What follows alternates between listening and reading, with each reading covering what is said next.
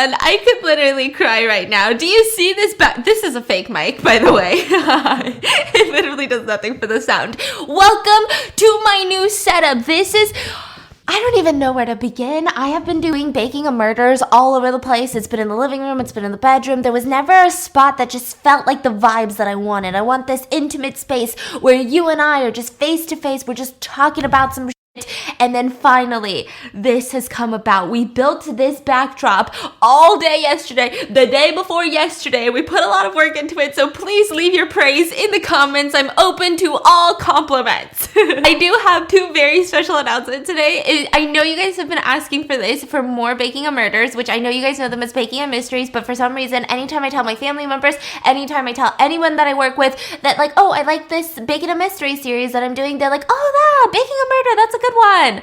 And I'm like, what?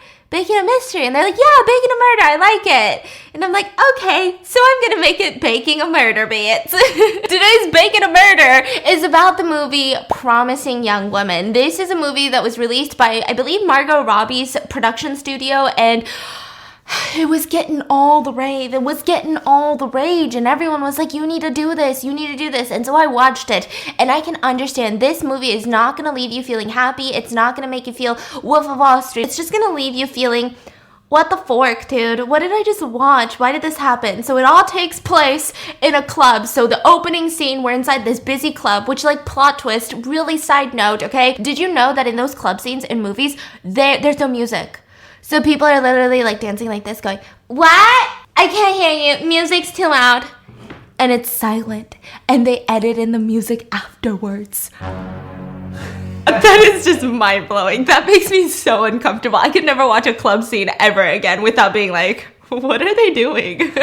And so this takes place inside of a club. There's three guys in suits in the corner of the club at the bar drinking their drinks as they do. And the first line spoken in this movie is, fuck her. Literally, the first line. And these three suit dudes, they're talking about, you know, it's not even fair. Like, for business trips, we can't even take our clients to the strip club anymore after what happened with Christmas. Like, we can only take them golfing. And that's just how business is. So she needs to suck it up. So they're talking about a female colleague who's complaining about the fact that they are taking their clients to strip clubs. And then the other client, or the other suit dude, so there's three. One of them, I guess he has like the benefit of the doubt of just being a normal human being. And he said, no, I think the problem with her is she's upset that the golf club literally won't let females golf there. Like, women can't golf there.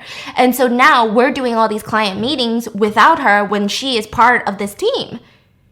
And the other dudes were like, well, she needs to mind her own business and she needs to worry about her own work because it's not our fault that we're doing better than her. It's just business. That's how business is.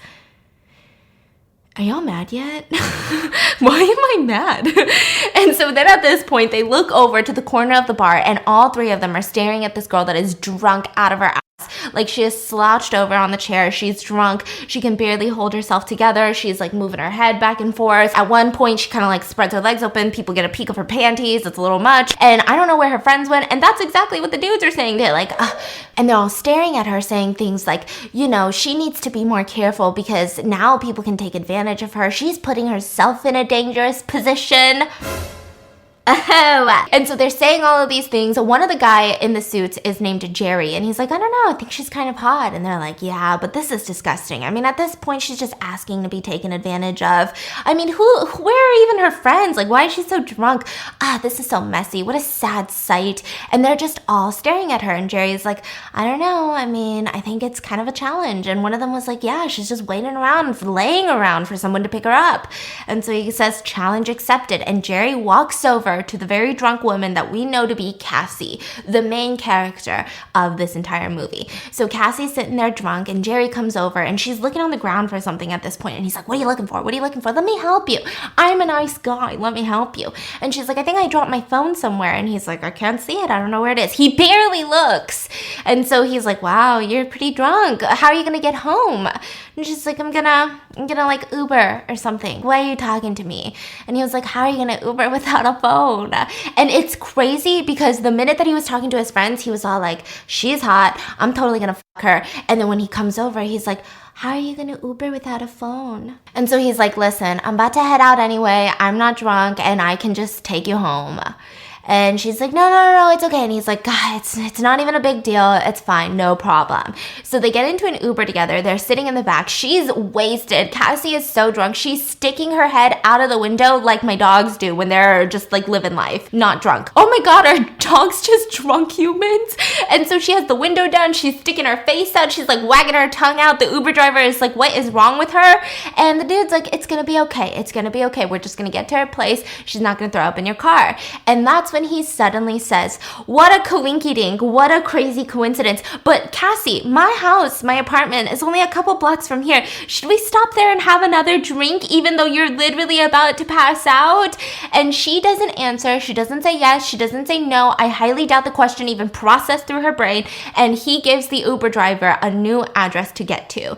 And then we are in the scene where they are inside of their living room apartment and he's making up this nasty drink. She's sitting on the couch and she feels nauseous. She's like super wasted and he gives her another drink, another alcoholic beverage. She asks if anyone's home and he says, no, my roommate, I have a roommate, but he's not here today. He's gone for the weekend. And so she's like, that's cool. And so they start drinking and he starts scooching closer to her on the couch and he moves her hair away and he's like, your makeup's smudged, and he licks his index finger like an Asian mom and takes some of her little eyeliner off, and then he says, you're so beautiful. Which is like, what the fuck, you just met her. And like, honestly, she looked really drunk and her eyeliner was smeared everywhere.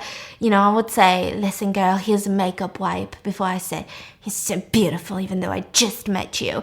And then he smashes his face onto her face and tries to make out with her. Now we can tell that Cassie is not making back out with him. Like her lips are just tight-lipped and they're closed and he's trying to weasel his tongue into her throat and it's very disgusting to watch. And he stops and he just is like, you're so pretty, and then tries again. As if like that's just gonna be the open abracadabra, opening her mouth formula, magic spell, you're so pretty. And she still doesn't respond. And so she says, oh, I need to lay down. And I think she was getting nauseous. Now, I think when she said I need to lay down, she's probably thinking about a couch. But we see her getting slammed onto his bed and he crawls on top of her and starts making out with her and groping her boobies. And she keeps saying, wait, hold on. Like, wait, like, what are we doing? And he was like, don't worry about it. You're so beautiful. And he was literally just talking to himself. She's like, wait, hold on. And he's saying, oh my God, your body. And then like grabs her boob. And then he keeps going downwards and he's trying to take off her undies through her skirt and she's like, well, wait, hold on, and he's still continuing and then we see a shot where the video camera, like the camera is placed on the ceiling and she's laying on the bed, right? And he's like trying to like lick her thighs, weirdo dude, and she opens her eyes and in a very sober, normal voice she says, I said, wait, hold on a minute. And she gets up and looks directly at him. And he gets panicked. He falls away from her bod. And she's like, I said, what are you doing? And then we get the next scene. So we don't know what happened. And honestly, my true crime brain was like, fucking female serial killer, duh. And so we get the next scene where she's walking home barefoot, holding her heels, wearing the same clothes as last night. And I think this is LA because there was a bunch of like construction going on. It looked very much like LA. And you get all these construction dudes who are catcalling her, saying like, crazy night last night. You should get a plan B, ma'am.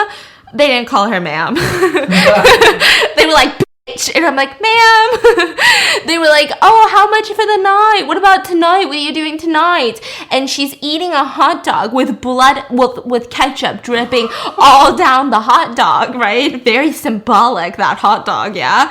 And I mean, that's overload on ketchup. That's disgusting. If I saw this out of the context of the movie, I'd be like, you're a disgusting monster. Who puts that much ketchup on a hot dog? And it's just dripping ketchup down her arm onto her leg. And she stops in the middle of the road and she stares at them. Doesn't say anything, just fucking stares at these construction workers. And they look at her, they look at themselves, and they go, just take a joke, lady, what's wrong with you? And then they walk away, and she proceeds to walk back home. Then we also see that she takes out a journal when she gets into her room, and in this journal she's got a list of tally marks. Again, my true crime brain is like, motherfucking serial killer. So she's got these tally marks, and she writes in a new tally, and she also writes in the name Jerry next to another list of names. Now these list of names are exactly what you would expect. There's a lot of Brads, a lot of Chads, a lot of Davids, a lot of Jerry's. Like, it was just like boy list. Like, if you could, like, a fucking Kevin Nguyen was in there. I'm kidding. But like, he totally could have been. It was just ultimate boy list of names. And so she writes down Jerry's name. She closes the notebook and she goes into the kitchen to eat dinner. Now this is where it gets a little bit weird, because you're thinking crazy badass lives in Los Angeles. Ooh, like, what kind of place does she live in? Ooh, she's a serial killer. Like, what if it's like that grungy type place? It is literally 60s decor, and she still lives with her parents. She is 30 years old, still living with her parents. So it's like this weird juxtaposition of like, she went to the club, she is almost like a vigilante justice warrior for women, but then at the same time lives with her mom and dad, and seems like very girly almost. And so she sits down, eats breakfast with her parents, and they're just talking about life. We find out that she works at a cafe shop that is owned by one of her good friends by the name of Gail. And they're just like, what are you gonna do with your life? You know, you can't work at this coffee shop forever. You know, and you come home late all the time. What are you doing at night?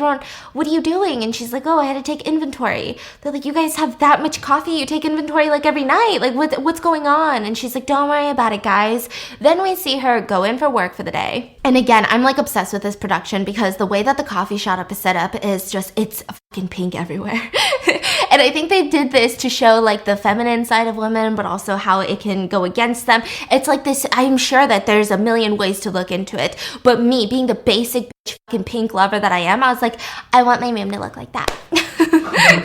And so she goes into this coffee shop. She's talking to Gail. They're having a good time. And that's when Gail brings up, hey, I put you up as an offer because corporate was seeing if anyone wanted to work in their corporate office, and I thought that you'd be a good fit. And she says, I don't want to do that, Gail. Like, I don't want that type of life. Like, I don't want a crazy job that my mom can brag about. I don't want, like, all of these things. I just want to work here with you. And Gail's like, is something going on with you? Gen Z's. They're like, I just like this cafe shop, okay? I like the vibe here. I like the vibes here. You know what I mean? And so she's just like, I just like working here with you. It's gonna be fine. And so at this point, Gail is trying to dance around the fact, and she says, listen, my boyfriend told me that he saw you at a club the other weekend, and you were just wasted. Like, you were so drunk, you were by yourself, and I know it's none of my business what you do in your free time, but I'm just a little worried about you. And immediately Cassie says, I don't know what you're talking about. I think you saw the wrong person, because I've never even been there. And this is, again, my true crime being like, she doesn't want to put herself in that situation. She's like, I've never even been there. How could I be the killer? So then we start to see just like this montage of her working, going to bed, going to clubs, writing in her little serial killer diaries. And then eventually she's working one day, and she's just like making her little coffees, being a barista and and a guy walks in, and he looks cute. His name is Cooper. Well, I'm going to call him Cooper, but I think it's Paul, but I'm just going to call him Cooper. It's easier to remember. Why is that easier to remember? And so Cooper walks in, and he's like, hi, can I get a black coffee with some milk?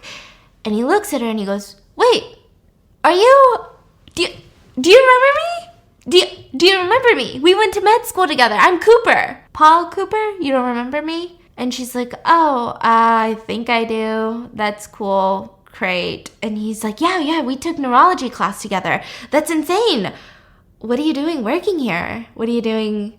Oh, this is weird. Why are you working here? Wait, no, not like why are you working here? Not because like it would be weird if you worked at a coffee shop. That's not what I'm saying. What I'm saying is what? And she's like, oh, so what you're saying is, why am I working at a coffee shop instead of being a doctor? And he's like, okay, you know what, okay, I'm going to walk outside. Can I just come back in and we can do a do-over? We can just act like this conversation didn't happen. And she's like, do you want milk in your coffee? What? No, I mean, no, it's fine. You can totally spit in my coffee because I totally deserve it. Like, he's frantic. He's embarrassed, which he should be, fucking Cooper. And he's like, listen, I don't need milk. You can spit in my coffee. Do whatever you want to my coffee. I totally deserve it. And so at this point, we see her literally take a spit into his coffee and hand it to him, smirking.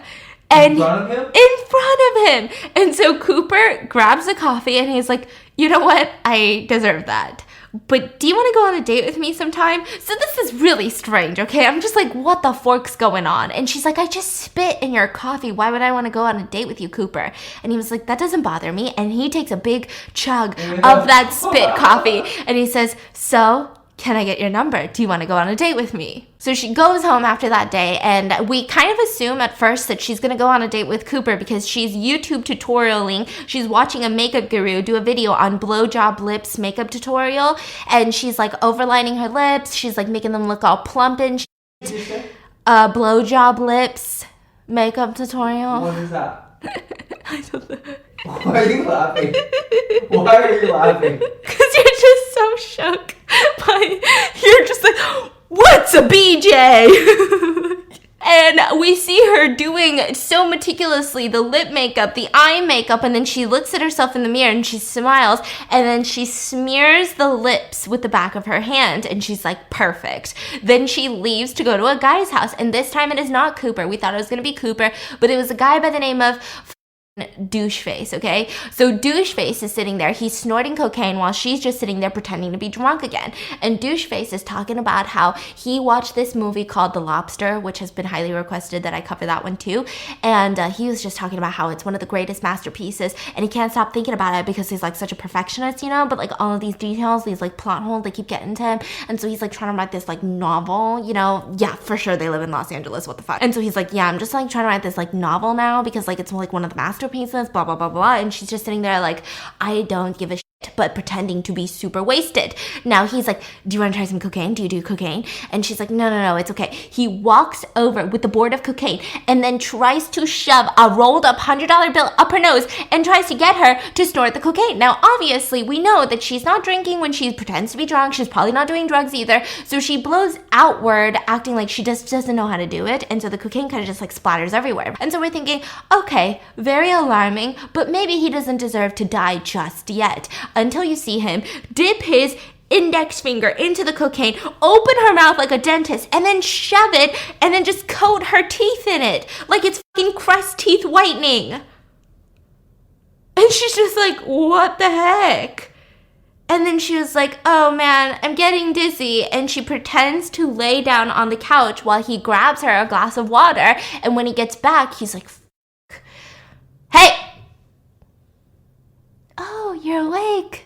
Hey. So he seemed pissed that she had fallen asleep before he got to do whatever he wanted to do with her because she looked easy and she was drunk and she's on drugs now, right?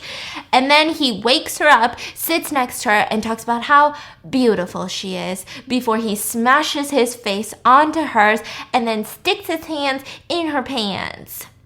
And at this point, he also mentions the makeup. He says, you're so pretty, but why are you wearing so much makeup? I mean, I get it. Female beauty standards are hard and oppression and all of those things, but you look so good without all that makeup. These actors are really good because I've never wanted to punch actors like I've wanted to punch these ones. And so she's like trying to get away from his making out. He's like shoving his hand down there. And then she says, I think I should go. And he's like, no. You just got here. And forcibly still trying to make out with her. And then she says in a very clear, sober voice, Neil, I said I think I should go. And he freaks out. He gets up and he goes, what are you, some kind of psycho? I thought you were drunk. What's wrong with you? And she's like, why? Would you like it if I was really drunk? No, I think, but you were just so drunk. You were sleeping like Tuesday. I think you should leave. But you wanted me to stay. No, I think you should leave. I think I'm just too high. Maybe I think you're psycho. I think you need to leave. I think I'm too high right now. And she says, why? I thought you really wanted me to stay.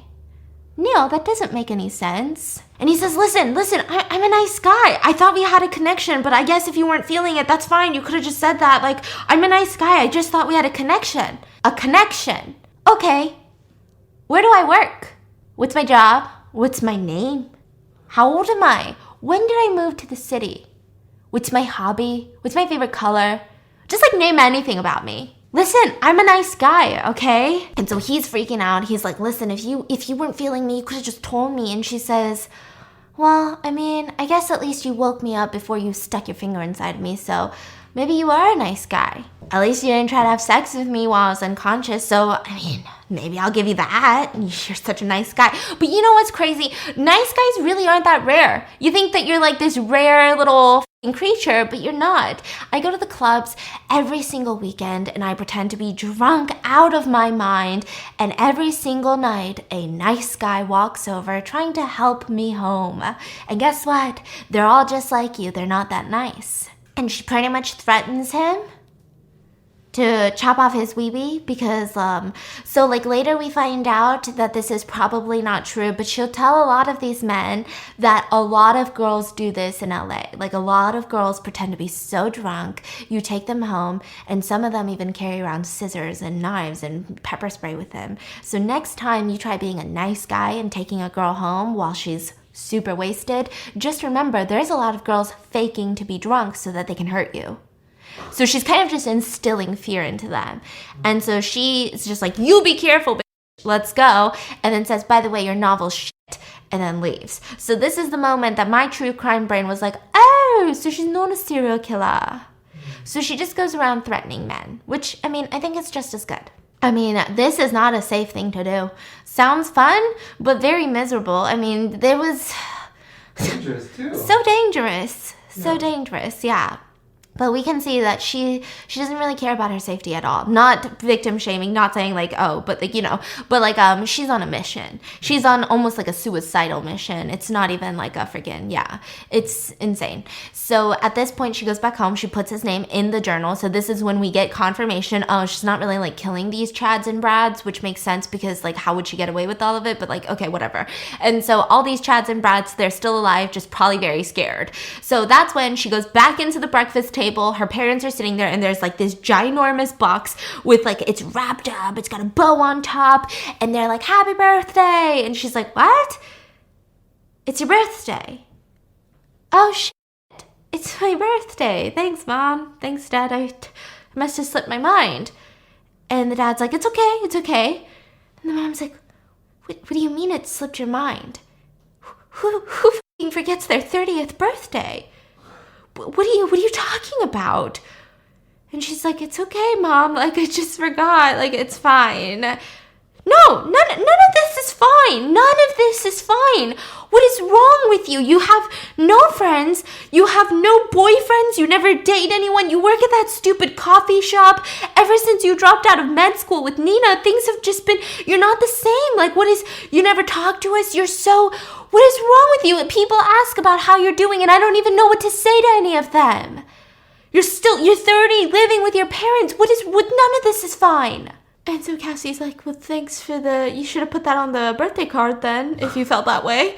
Thanks, Mom. And the dad's like, it's okay, Cassie. Why don't you just open your present? She opens up this big, ginormous, ribbon-dabbed, gift-wrappered present, and it's a fucking suitcase. What? So she goes to work and she tells Gail all of this. And they said, that is probably one of the most direct eviction notices that you can possibly get is a fucking suitcase, okay? You want me to move out? Savages! And so she's like, yeah, I mean, obviously, if I wanted to go back to med school, I could. If I wanted to get married, have children, and do all of these things that my parents want me to do, I could. I just don't want to. And that's when Cooper comes back in and he says, hey, so that number you gave me, I spent a couple of hours crafting up a super romantic text message to you, and I texted some construction worker named Big Al, and he was actually quite interested in me, but I rejected him because I was still pining for you. Can I get your real number this time? And so Gail is like, oh my God, the drama. And then he's like, you did spit in my coffee. And she's like, oh my God, this is my coffee shop. And so she's like, what? You did what? And so he's like, please, can I just, listen, we can just be friends. Like, I really liked you in med school. I thought you were so cool. I never got to know you. We can still just be friends. We can go out to dinner. We can go out, watch movies as friends. And I can be secretly in love with you and secretly trying to get you to date me. But we'll just be friends. And like, let's say we just go to one dinner and you absolutely hate it. Totally fine. That's fine by me. We'll just call it quits then. What do you say? Okay. So she goes home and she changes into what we can assume to be maybe kind of like what she used to be before something traumatic happened, because all of this makes it feels like something happened in her life and now she is going on these missions to just scare the living daylights out of all men, right? All of these nice guys. And so she puts on this really cute floral dress and she's all dressed up super girly and she goes to eat lunch with him. They go watch a movie and they go from cafe to lunch spot to diner and they spend all day together to the point where they start walking out of these restaurants around nighttime. And as they're walking, which is fascinating because LA is not a walkable city, they're walking and he's talking about some bullshit and he says, whoa, what a coincidence. This is my apartment building. And he says, do you want to come in for like a drink or something? And she looks so disappointed and he catches on and he says, or not, or I can just, my car's in the parking garage. I can take you home. Did I fuck this up? Like, I can just drive you home. Like, please don't be mad. Like, it was a coincidence. I feel like I fucked this up. Did I fuck this up? Like, I can just drive you home right now.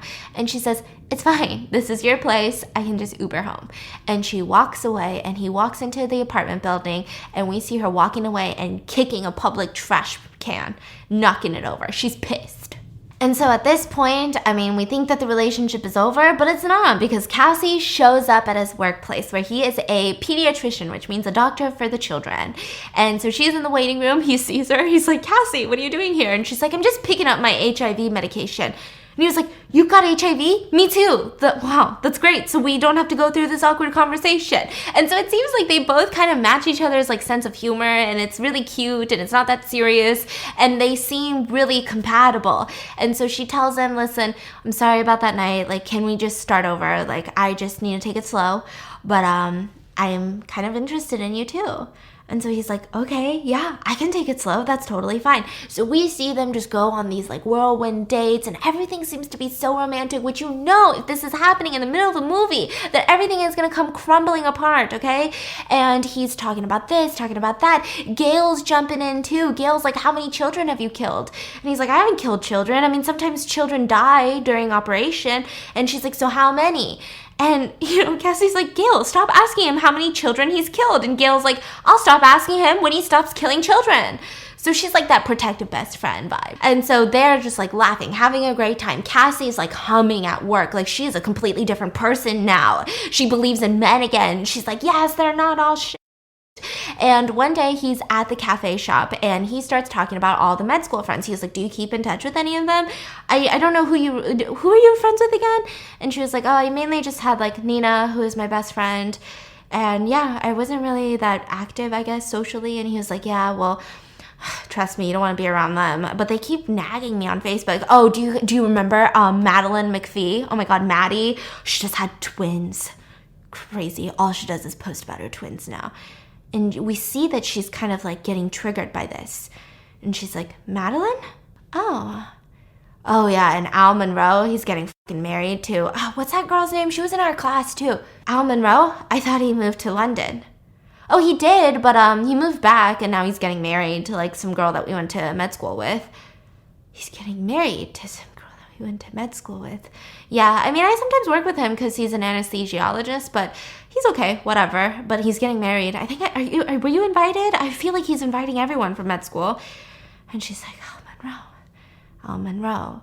And she goes back home, and on her laptop, by the way, like on her laptop and all over her desk, we see pictures of her and another woman, which we assume to be Nina. So it seems like Nina is her best friend, but we've never seen Nina alive, right? We've never seen her in the movie, only in pictures.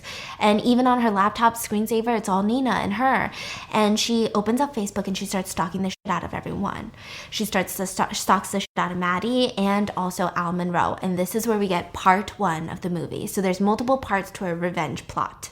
So part one, she's at a fancy restaurant. She's straightened her hair. She's wearing like a suit. And she pours champagne. The waiter brings out a bottle of champagne, but also ginger ale. She pours champagne in one, ginger ale in the other one, hides the ginger ale under the table. So she's drinking ginger ale and the other person's drinking champagne. And then we see her get up and she's like, Madeline. And Maddie says, oh my God, Cassandra. And they hug and she sits down and she's like, it's been forever. This is crazy. And they start talking and she's like, oh, I just gave birth to twins. And she's drinking the champagne and then another champagne. And she's like, I haven't been day drunk in forever since I've become a mom. And she's like, this is fun. I can't believe we haven't caught up in so long. And she's like saying all this bullshit.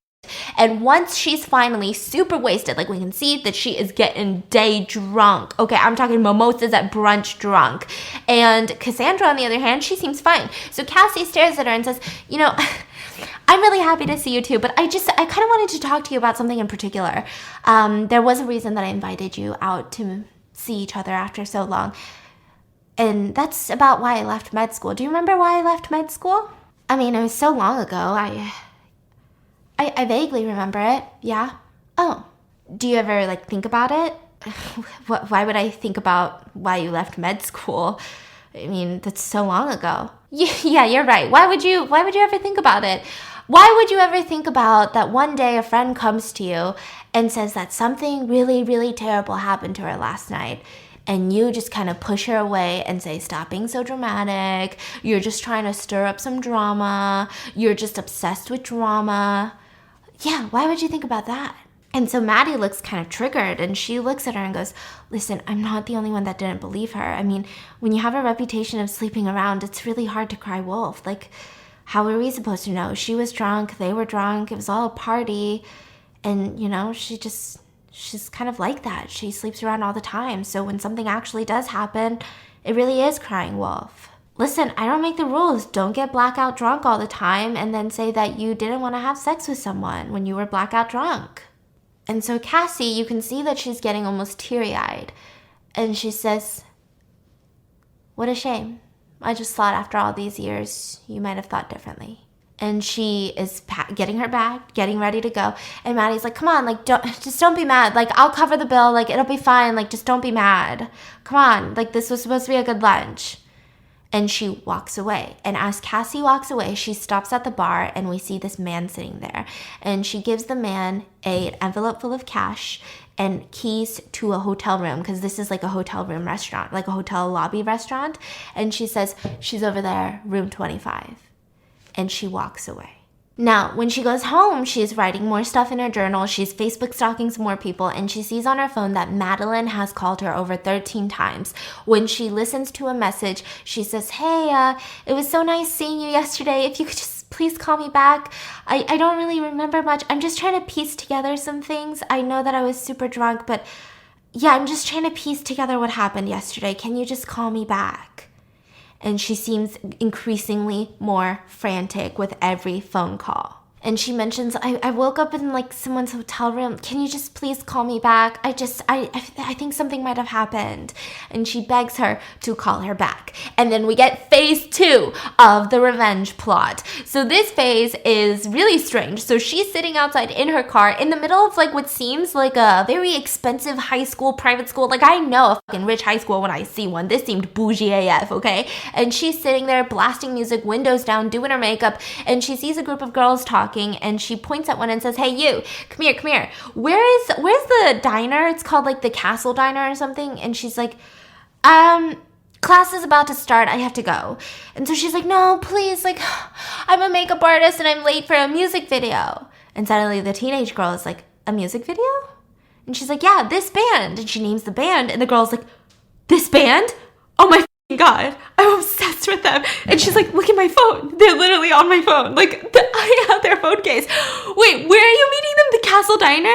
And she's like, okay, no, I signed a bunch of things. I'm not allowed to tell them that I'm a makeup artist. I can't even tell you that they're shooting at the castle. Okay, never mind. Like, I'm literally going to lose my job. You're going to go tell all of your stupid little high school friends and I'm going to fucking lose my job. And she's like, I'm not going to tell anyone. I can take you to the Castle Diner. And she's like, no, you're going to get me fired. And she's like, then who's going to take you to the Castle Diner?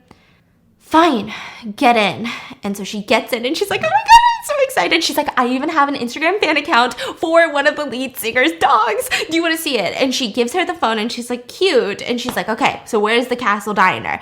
And they start driving. And then suddenly she ends up in like a waiting room. And so I'm like, how did this even happen? She's wearing completely different clothes in a waiting room. And then they say, hey, Dean Walters will see you now. So she walks into the dean's room and the dean is sitting there all bougie and shit. And she says, oh, Cassandra, looking at the papers, Cassie, okay. So what makes you want to reapply to med school and finish your education? Well, I mean, I just really love it here. Yeah, I mean, it's an amazing place to be, of course. We pride ourselves on how happy our med students are with our curriculum. And, you know, I left on a very weird note. Oh, okay. Well, that's okay. We have a lot of people who leave for a lot of different personal reasons. But you might know why I left. Excuse me? Do you remember Nina Fisher? And why Nina Fisher left? What about Al Monroe? Do you remember Al Monroe? Oh, Alexander! Yes, I remember him. He actually just gave a talk to our graduating class the other day. What a sweet guy! Yeah, he's doing great now. So, I mean, med school really is the way to go. Oh, okay. So you don't remember the allegations made about Alexander Monroe?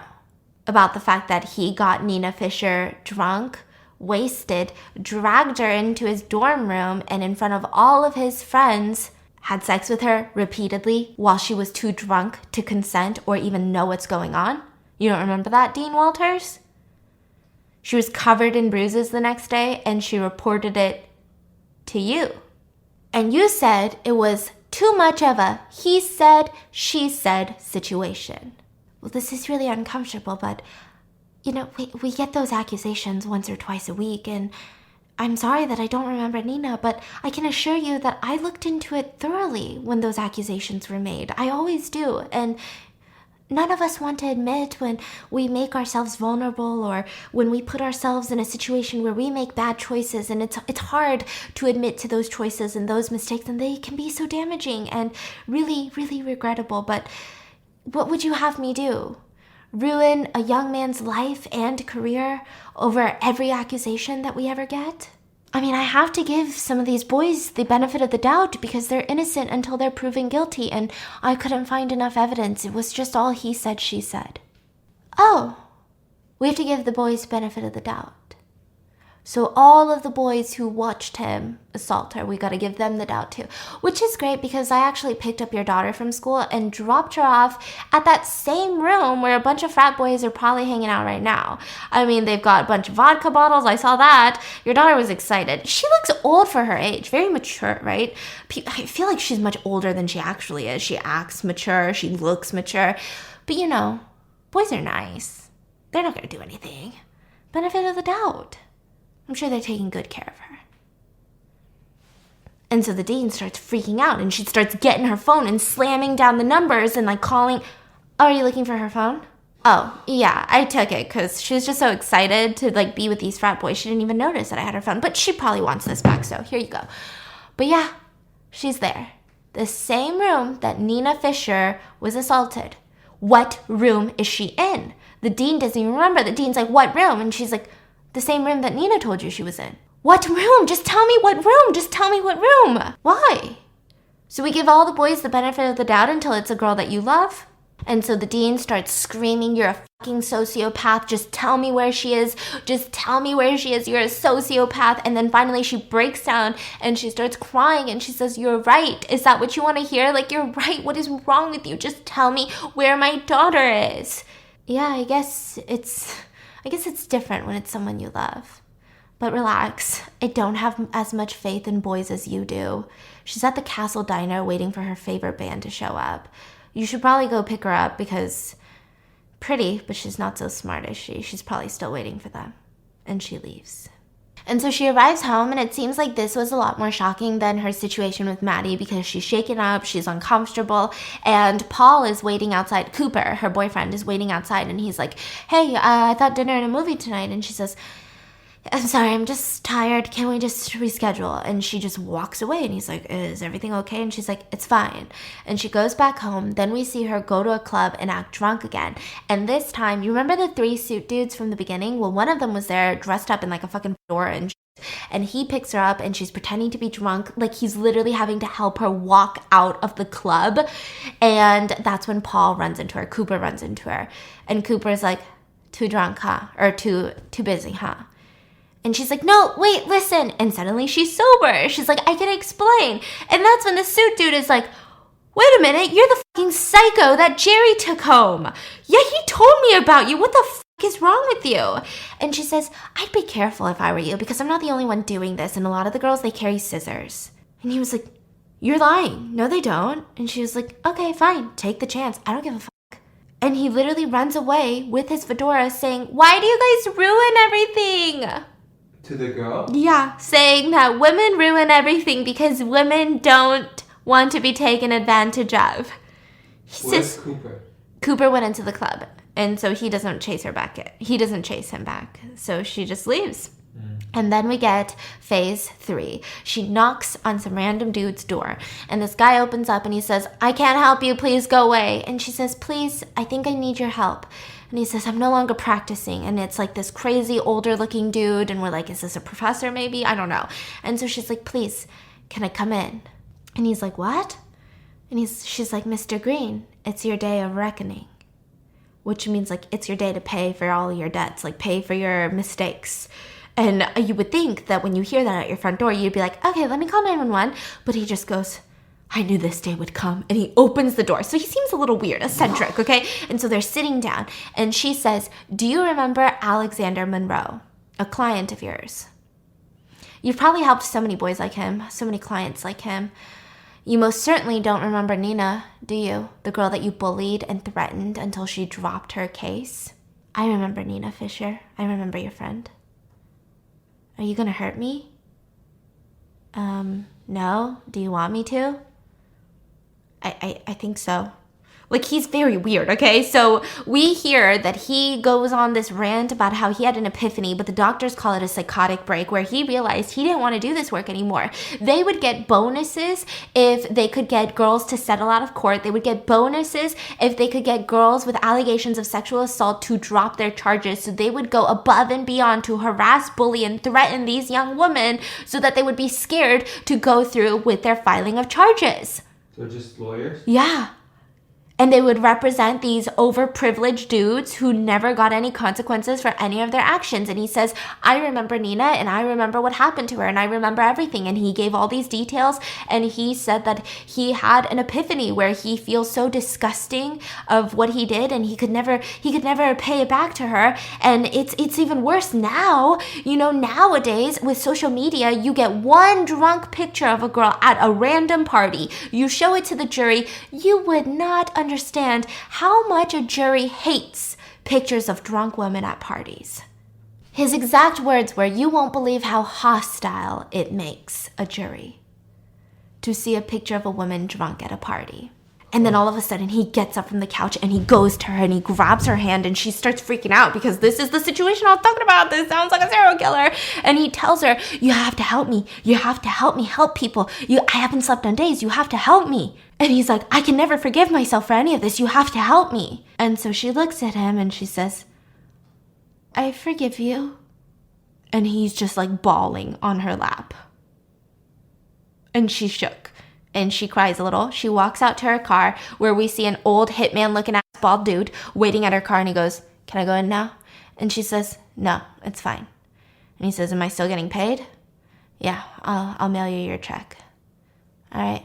And she gets into the car and she drives away. So it seems like she wants people to admit that they fucked up. You know, it's not like she's like this crazy, unrelenting fucking cancel them. Like, she's like, no, okay, like, you recognize it. It's torturing you too. Fine. So she's like, it's fine. Then she drives over to Nina's house. And Nina's mom sits on the porch steps with her and they're drinking like orange juice. And she says, why are you here, Cassie? I just wanted to talk to you. I know, Cassie, but you have to move on. It's not good for me. It's not good for you. And this isn't what Nina would have wanted. You've got to move on, Cassie. Go date. Go hang out with friends. Go. I know you loved her. I know you've been friends since you were little, but you need to move on, Cassie. It's the only way. And she gets up and just goes back inside. So at this point, I think this was the only person who really could have talked Cassie out of what she was doing. Because, I mean, she goes home, she throws away her journal, she goes back to Cooper and she calls him and is like, listen, I can't even explain what that was, but I promise it will never happen again. And he's like, fine, I guess we can try it, blah, blah, blah. And so they start dating again. They go to movies, they make out. He even comes over to meet the family. So he meets Cassie's family. She's like living at the apartment part-time with him. And he even tells her like, I love you. I think I'm falling in love with you. And it seems like everything is headed in the right direction. Everything feels like, okay, she's finally moving on. She just needed Nina's mom to tell her this isn't what Nina wanted you to do. So we all assume that Nina was assaulted by Al Monroe and then probably committed suicide because she couldn't handle the trauma. She shouldn't have to, but she couldn't handle the trauma, right? And so that's kind of what it's kept being insinuated. Now, everything's going well until Maddie shows up at her house looking like she hasn't slept in days. And Maddie's like, listen, I hate coming to your house, but I need to talk to you. When we were at the restaurant, was there like a guy with like this brown hair? He's about our age. Do you remember seeing him? I think he said that he was a friend of yours or something. Why was I in that hotel room? Did something happen? And she says, oh, no, he was a friend of mine. He took you up to the hotel room to make sure no one took advantage of you. He literally just stayed there to make sure that you were okay and that you were safe. So it seemed like Cassie had hired one of her friends to just make sure no creepy nice guy came up to Maddie and took advantage of her. But also on the same coin, it made Maddie freak out because Maddie had no idea what happened to her. So it's kind of like, it seems like Cassie would never want what happened to Nina to happen to other people, even in the name of revenge. And so she was like, it's okay, like, you're fine, nothing happened, I can assure you. And so she's like, oh, thank God. Can I come inside? And so Maddie goes inside and she says, the past couple of days I've been thinking about what you said about Nina, and I don't really remember a lot because there was just so much happening when we were in med school. It was just every day it was like another drama, another gossip, another crazy event, and just so many parties, and we were just always drunk. But I remember a video, and I have all my phones, so this is my old phone and it has the video on there. I can't believe we all laughed at this video. I can't believe we all thought it was a joke. You can have the phone, but I really wouldn't watch the video if I were you. Do yourself a favor. Don't watch the video. Why you give it? Why you give it to her, yeah. Yeah. But she said you need to do what you need to do with it. Like, if you need to go to the cops with it, if you need to press charges with it.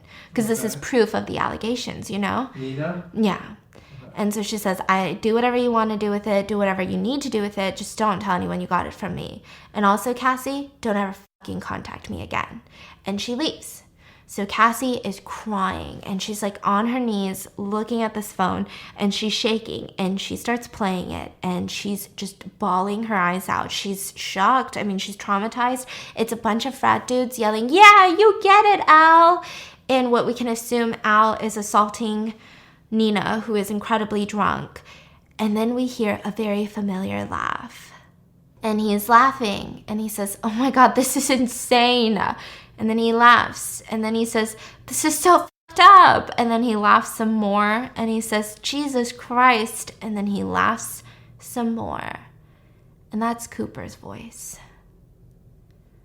He's the one recording? No, a guy named Joe, which is Al's best friend, still best friend to this day, is going to be his best man in the wedding. And so she is traumatized beyond anything, right? So she takes that phone and she meets Cooper at work and he's like, hey, love, what are you doing here? And so she says, where the fuck is Al's bachelor party this weekend? And he's like, what? And she's like, I want you to see something. And she starts playing the video. And he says, no, listen, I don't remember any of that. I was just a kid. And so she tells him, think about it carefully. Where is Al? I keep wanting to say Al Capone. Where the fuck is Al's birthday party? Where is Alex's birthday or bachelor party, okay? And she says, listen, think. I have the video, and I'm going to send it to all of your colleagues, all of your friends, your family, anyone, if you don't tell me where his bachelor party is. Okay, well, it's a cabin in the woods. All of the guys are going to be there. There's not going to be any females allowed, but this is the address. And he writes it down. And he says, Cassie, I just want you to know that I still love you. And she's like, really? Really, dude? And he's like, listen, you've never made a mistake? Like, you've never been ashamed of something? And she's like, not like this. And he's like, oh, well, what am I can't live with something like this hanging over my head. Like, are you gonna try to get me fired? Are you gonna try to ruin my life? So both of us won't be doctors? You're a fucking failure. Is that why? Are you so mad about that? And she's like, really smart, dude. And she leaves.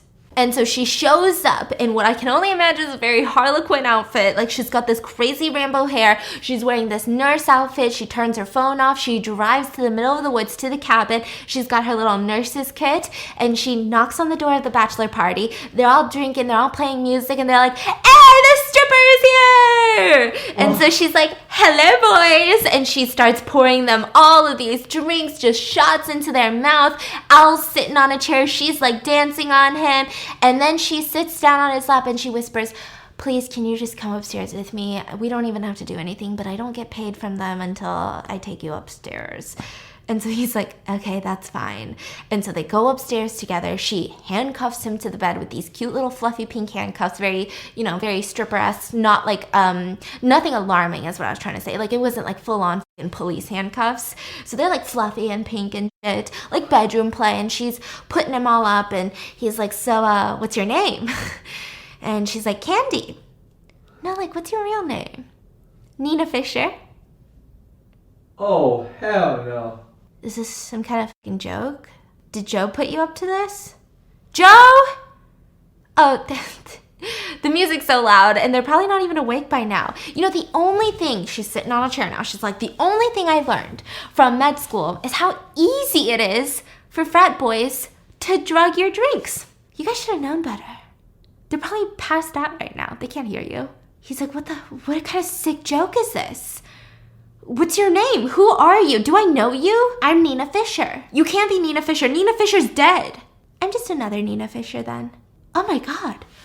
Wait. Oh my God, I know you. You're Nina Fisher's friend. You're that girl that always hung around Nina Fisher. You're right. You probably don't remember me because I wasn't fuckable back then. But I'm Cassie. Yeah, I was Nina's friend. And I know exactly what happened to Nina. Do you remember what happened to Nina? Nina dropped out after everything that you did to her, and then I dropped out to help her, to take care of her, and she was a fucking mess. You know what's crazy about Nina? I've known her since she was like 6, and she was always someone who knew herself. She was confident. She was the smartest. She was top of the class when she dropped out at med school, and I dropped out with her. And guess who graduated and became a doctor? You.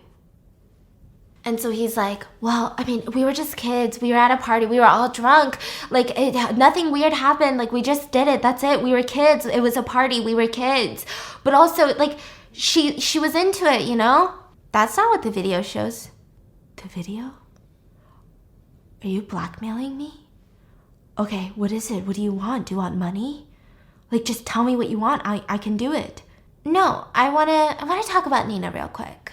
Do you ever feel guilty? I mean, it's every guy's nightmare to be accused of, something like that.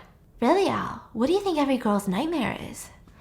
I was so sad to leave, I really wanted to be a doctor my whole life, and I've been thinking maybe I could get back into it. And she grabs out her little nurse's kit, and she puts on some gloves. She's got a little scalpel. And I was like, yes, castrate him! Sorry. And she's got a little scalpel. And she says, after Nina dropped out and I dropped out with her, it was like she wasn't even Nina anymore. Anytime you called Nina's name, she wouldn't respond. All she could hear was your name. All she saw was your name. And it was just you everywhere that she looked.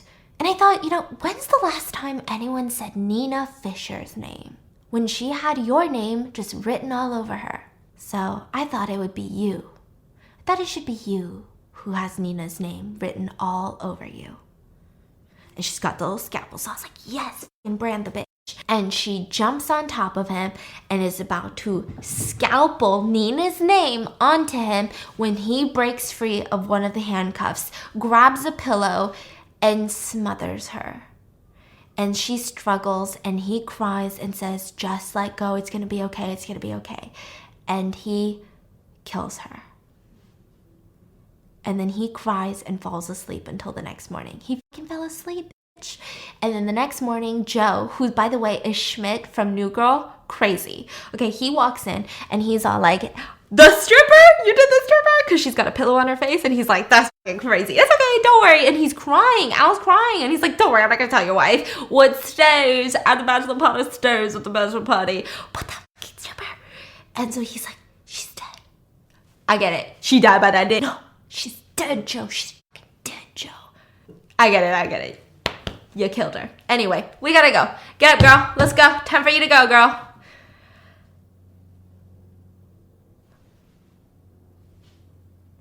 Why is there a dead stripper on your bed? I told you, she's dead. That's okay. Let's think about this. He's freaking out. Al's freaking out. And Joe's like, it's gonna be okay, Al. You're not gonna go to jail. Al's like, I'm gonna fucking go to jail. I'm gonna lose my job. I can't get married. I'm gonna go to jail.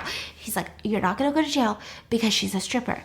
She came, she did her job, she left. We never saw her again. That's it. I'm gonna go to jail. What do I do? We're gonna get rid of her body before the rest of the guys wake up, okay? You and me, Al, before the wedding. We got this. Don't you worry. I'm gonna go to jail. You're not gonna go to jail. So then we see them go out into the middle of the woods and they start a fire and they burn a bunch of her stuff. They burn her car keys, all of her clothes, her wig, and they bury her in a shallow grave. At this point, we see both of her parents talking to the police, filing a missing persons report, and the mom is frantic and she doesn't want the dad to say this, but the dad says, well, yeah, she did have some mental issues, but she was working on them. She was getting better. And the mom's like, shut the fuck up, right? But the police are like, okay, so you think she's done this before? I mean, yeah, like she has kind of, like left, and she'll come back. Don't you worry, honey. She'll come back. First of all, if that was my dad, no, you're not. You're not my dad anymore. And so the police are like, okay, well, was she seeing anyone? Because that's always important. And they say, yeah, a doctor, a pediatrician. His name's Cooper. So they go to Cooper's workplace and the detective is like, hey, we're just here to talk about Cassie. She's been missing. And he's like, oh, missing. Do you know where she said she was going to go this weekend? Oh, no, I think she might have said a work trip or something like that with her boss. Yeah, we checked on her boss and they said that there was no work trip. Beats me. Yeah, we broke up last Thursday and that's the last time I saw her. Okay, well, she's been missing since Friday and you really have no idea where she is? No, not at all. Nope. Okay, well, was she going through it? Her dad mentioned some mental issues, like mental health struggles. Yeah, she was going through a lot. So do you think that maybe she was possibly suicidal? Yeah, I could see it. I could see that. Yeah, it was a lot. I mean, yeah, she was going through it. Yeah, well, we think it's probably she ran away, but thanks for your time, good doctor, and maybe we'll talk soon. And he leaves. And at this point, life presumes as normal. They go to the wedding. Cooper goes to Al's wedding. They're all having fun. They're all drinking. And we see the lawyer open up a piece of mail with the letter that says, Dear Jordan, on July 23rd, I will be going to Alexander Monroe's bachelor party, Cabin 57, Vernington Woods. In the event of my disappearance, please deliver this letter and package to the police with the phone with the video. So the reason that Cassie did this later on, it's because she didn't trust. The title of the movie is Promising Young Woman.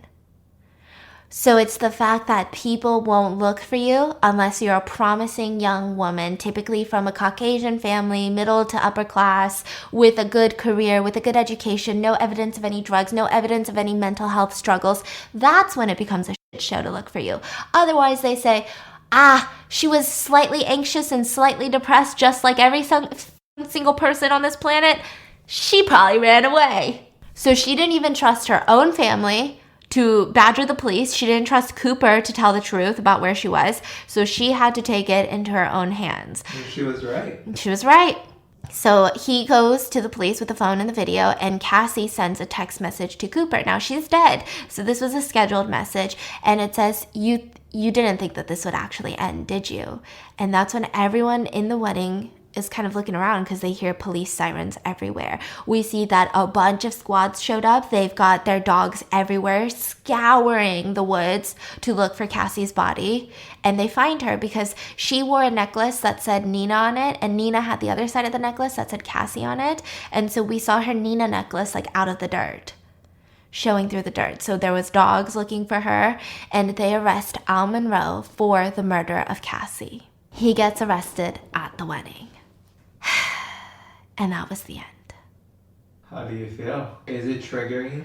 It's really triggering because, I think a lot of people really loved this movie for the fact that a lot of the times when you think assaults and stuff, you think of like true crime, what we talk about, which is a stranger kidnaps you, assaults you, then murders you, buries you. But a lot of the times it's like you're a little drunk. Not your fault at all. Everyone's fucking drunk. Why can guys be drunk in public and girls can't be? And then a guy that you probably know takes advantage of you, and then nobody believes you because you were drunk and it's he said, she said. And then all of these guys, none of them are straight up, I'm a fucking serial killer, let me kill you. They're all like, I'm a nice guy, I thought we were connecting. Well, she was drunk. She was kind of into it too.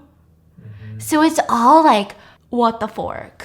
So they don't make the villain the worst villain possible. But it's real. But it's like real. So they're like disgusting villains, But they don't turn it into like a creepy 60-year-old dude living in like a shack that's like, how can I kidnap 8-year-olds? They make it very real. Like a bunch of doctors who went to med school, had some wild days in med school. Now they're super privileged because they're a doctor. Yeah, this one was really intense. Let me know in the comments what you guys... Would you rate it? This one was weird because it's not like most movies that we do. A lot of the movies that we do, there's like plot twists. There's a lot of just mystery with everything. There wasn't any mystery. Like in the beginning, yeah, you're like, oh, is she a serial killer? But then after that fades, you know exactly what she's doing. You know exactly what's happening. Even when she dies, it's not like this crazy eventful thing. Like he literally smothers her in 2 seconds with a pillow. So all of it is done in a way that just really highlights how scary some of these dudes are out there. And then there's going to be that one fucking dude that's like, men get assaulted too. But like, that's another topic for another day. But like, just in this topic, it makes you realize how a lot of dudes can be so scary. But they're also just respectable people in society. But I liked that they also tackled everyone involved, like the friends who didn't believe her, the dean who didn't believe her, the lawyer for Al Monroe. Like, it's like so many people let this happen in the chain. It wasn't even just the rapist. It's like his friends, her friends, everyone, the teachers at school, the deans at school, the police officers. Like, everyone is involved. It wasn't just this one evil dude. Like, you don't even meet him until the last, like, 5 minutes of the movie. So, I don't know. Let me know in the comments. What are your thoughts on this one? This one was highly requested. Let me know if you want more movies like this. This one was a little weird because I'm like, there's no plot twist, there's no serial killer, there's no murder. Well, there is a murder, but you get it. I hope you guys enjoyed it, and I'll see you tomorrow.